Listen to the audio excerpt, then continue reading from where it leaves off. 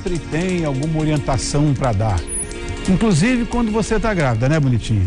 Faz isso, faz aquilo. Mas será que tudo que você faz, ou tudo que dizem para você fazer, tá certo? Para ajudar a tirar todas as suas dúvidas, eu chamei parceiro do nosso programa, ginecologista obstetra, Dr. Domingos Mantelli Borges Filho, que aqui está. Boa noite, Domingos. Você tá bom, meu irmão? Há quanto tempo você não vem aqui? Fala, mais ou menos. Mais ou menos uns 6 meses. Por aí? 8 meses, mais ou menos. Tudo bem? Tudo bom. Somos amigos de família, nossas famílias são amigas, né? O tio desse bonitão aqui é dos melhores amigos do meu pai, meu também, né? O Domingos Mantelli. Eu quero mandar um beijo para ele. Beijo, queridão, tá aqui, né? Beijo para você, pra Terezinha, pra Mônica. Mônica almoçou lá em casa anteontem. Ela comentou, ela falou. Anteontem foi. Beijo para todo mundo. Querido amigo, vamos lá para o Mitos e Verdades. Antes, eu queria saber uma coisa. Só fora da nossa pauta.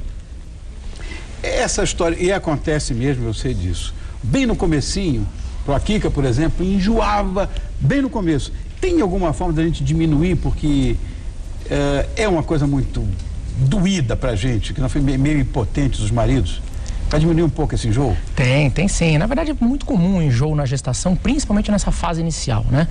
O que a mulher deve fazer? Principalmente se alimentar de 3 em 3 horas, não ficar com o estômago muito tempo vazio em jejum, porque isso aumentam as náuseas.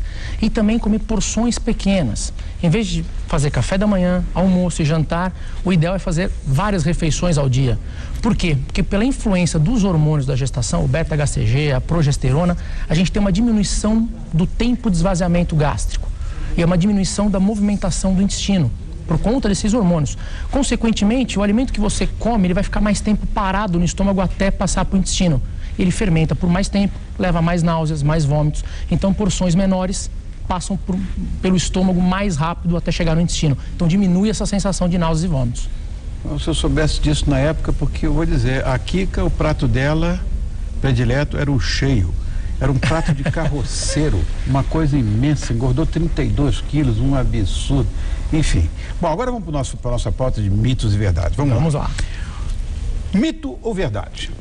O uso de alguns cosméticos, muitas vezes produtos químicos, como tintura para cabelo, por exemplo, pode interferir na formação do feto? Verdade. Verdade, olha. Verdade. Existem muitos produtos químicos em tinturas de cabelo, em produtos que as mulheres costumam usar periodicamente, que contém amônia, que contém metais pesados, e tudo isso acaba sendo absorvido pelo couro cabeludo da gestante, atravessa a barreira placentária, chega ao feto e pode realmente causar malformações no primeiro trimestre. Você vê a minha desinformação, Domingos. Eu imaginei que nada passasse pela epiderme, pela derme, que seria uma coisa mais ou menos, senão você toma banho e aí passa tudo. Eu imaginava isso. A pele, ela tem uma camada, ela é uma camada de proteção, porém alguns produtos ela tem capacidade de absorver. Tá entendido. E esse é um deles. Bom, outro, mito ou verdade? Mulheres que já sofreram um aborto têm mais dificuldade para engravidar novamente? Mito. Não é porque a gestante teve uma primeira gestação e teve um aborto espontâneo que ela vai ter novamente numa segunda gestação ou vai ter mais dificuldade para engravidar. Se ela teve aborto espontâneo, cuidou do seu útero, fez a curetagem, não teve nenhuma complicação, aguardando 3 a 4 meses após esse abortamento, ela tem plenas condições de engravidar normalmente novamente. Eu estou me lembrando daquela história anterior da tintura de cabelo. Isso, porque normalmente tem as bulas de remédio, os 3 primeiros meses e tal. Mas essa história da tintura, por exemplo, é para a gravidez inteira? A gente recomenda para a gravidez inteira tinturas que contenham amônia. Após o primeiro trimestre, a gente libera a utilização se não tiver amônia ou metais pesados. Ok. Uma outra, mito ou verdade? A mulher só aborta o bebê no primeiro trimestre. Mito porque o abortamento ele pode ocorrer até 22 semanas de gestação. Gente. Ou seja, até um pouquinho mais da metade. Então a gente já estaria no segundo trimestre. Então o abortamento é mais comum no primeiro trimestre, nas primeiras 12 semanas de gestação. Passando até para um segundo trimestre, a chance é aumentada ainda, porém bem menor que no primeiro trimestre. Mas ela não aborta só no primeiro trimestre. Ela pode abortar até 22 semanas de gestação. Agora, mito ou verdade? Isso eu ouvi tanto, mito ou verdade? A mudança da lua, ela pode influenciar na hora do parto? Verdade. Que coisa maluca. Isso é verdade. Existem vários estudos que mostram que da mesma maneira que a lua exerce influência sobre as marés, sobre a água, ela exerce influência sobre a bolsa das águas, sobre o líquido amniótico. Então a gente percebe que quando há mudança de lua, nós temos muito mais bolsas que estouram com facilidade, consequentemente o número maior de partos. Que engraçado isso. Que líquido amniótico, na verdade, é uma espécie de oceano onde o bebê está... Um oceano interno, né? Tá. Agora, mito ou verdade? Isso também eu ouvi muito, Domingos. O formato da barriga pode indicar o sexo do bebê. Mito. Putz, eu me aventurava tanto nisso. Totalmente mito, Rony. Por que é mito? O formato da barriga nada tem a ver com o sexo do bebê. É que muitas vezes as nossas avós, bisavós falavam isso, é aquela coisa, 50% de chance de acertar, né? Quando acertava, falava, não falei que era isso mesmo? Porém, é um mito, não tem nada a ver o formato da barriga, se é pontuda, se é arredondada, com o sexo masculino. Arredondada era sempre menina e pontuda era sempre homem. Pontuda era sempre menino. Mas isso é um mito, simplesmente é papo de avó. Tem outro papo de avó também, que é o seguinte, que a se é mito ou verdade isso, que a gestante tem mais azia se o bebê é cabeludo. Isso é muito mito. Mito? É mito, mas existe um fundamento para esse mito. Qual é? Porque o que acontece? No período em que começa a crescer o cabelo do bebê, que é em torno de 22 semanas de gestação, é o mesmo período em que a barriga começa a subir e começa a empurrar o estômago mais para cima.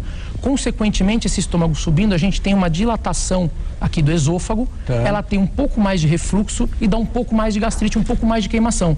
E coincide com o período, que é o período do crescimento do cabelo do bebê mesmo. É na mesma época. Então associou-se uma coisa com a outra. Mas em nada tem a ver que se é mais cabeludo vai ter mais azia, isso é mito. Mito ou verdade? Sexo durante a gravidez faz mal pro bebê. Mito. Eu sou testemunha viva disso. Mito. Não tem nenhum problema, o bebê está protegido dentro de uma bolsa com líquido amniótico, dentro do útero. Esse útero é fechado, o colo do útero é fechado, tem um tampão mucoso ali naquele colo do útero que protege o útero. Consequentemente, o bebê não tem o menor contato na hora da relação sexual. O marido tendo a penetração, o pênis não tem o menor contato, nem o esperma do marido tem o menor contato com o feto ou com a placenta ou coisa do tipo. Não há risco. Beleza? Mito ou verdade? Todas as mulheres grávidas ficam com enxaqueca, possuem enxaqueca. Mito também. É mito. Nós dizemos todas as gestantes, é uma coisa muito abrangente. Algumas grávidas que já costumavam ter enxaquecas antes da gestação, podem ter essa enxaqueca piorada. Poucas reclamam que têm enxaqueca, que nunca tiveram e que estão tendo na gestação. Mas os hormônios podem realmente influenciar e em algumas mulheres levarem à crise de enxaqueca. Mas isso não é uma regra, é a exceção. Mito ou verdade? Mulheres que têm silicone ou que, sei lá, diminuíram os seios, não podem amamentar. Mito ou verdade? Mito, e é um grande mito. Porque isso é uma coisa muito difundida. Muitas mulheres, na hora de colocar a prótese, não lembram que podem vir a ser mães mais para frente e depois ficam se questionando se podem ou não amamentar. Podem. Você colocar a prótese mamária ou fazer a diminuição da mama, desde que você não retire a glândula mamária, em nada influencia a mulher a amamentar. Ela pode amamentar normalmente sem nenhum problema. Viu você que turbinou tudo aí, ó, tá vendo? Pode. Entendeu? Tá certo. Agora, mito ou verdade? Isso eu acompanhei, Domingos. As mulheres têm desejo de comer combinações estranhas quando estão grávidas. Mito ou verdade? Verdade, Rony. Isso é verdade.